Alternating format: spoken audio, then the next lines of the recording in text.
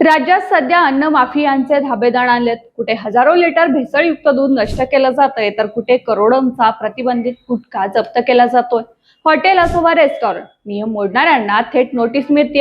आणि या सगळ्या वादळाच्या मागे एकच नाव म्हणजे आयएस अधिकारी तुकाराम मुंडे.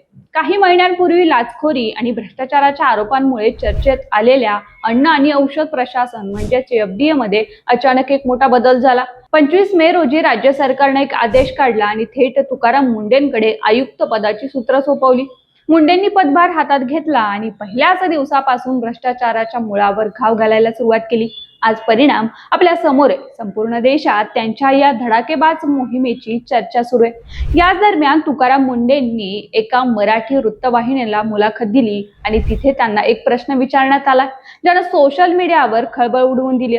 जर तुम्हाला नायक सिनेमासारखं एका दिवसासाठी सीएम बनवलं आणि सगळे अमर्यादित अधिकार दिले, तर तुम्ही काय कराल? यावर प्रशासकीय वर्तुळातल्या या खऱ्याखुऱ्या नायकानं जे उत्तर दिलंय ते ऐकून तुम्हीही त्यांचे फॅन व्हाल. मुंडे अत्यंत शांतपणे तितक्याच ठामपणे म्हणालेत, लोकशाहीत असे अमर्यादित अधिकार कोणाकडेच नसतात.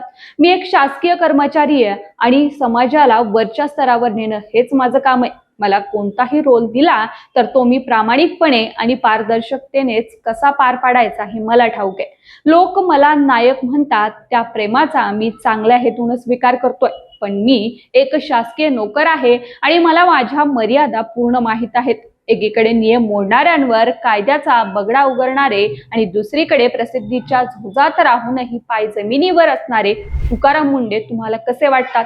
त्यांच्यासारखे अधिकारी प्रत्येक खात्याला असायला हवेत का? कमेंट करून नक्की सांगा आणि अशाच नवनवीन अपडेट्ससाठी फॉलो करा, सबस्क्राईब करायला विसरू नका.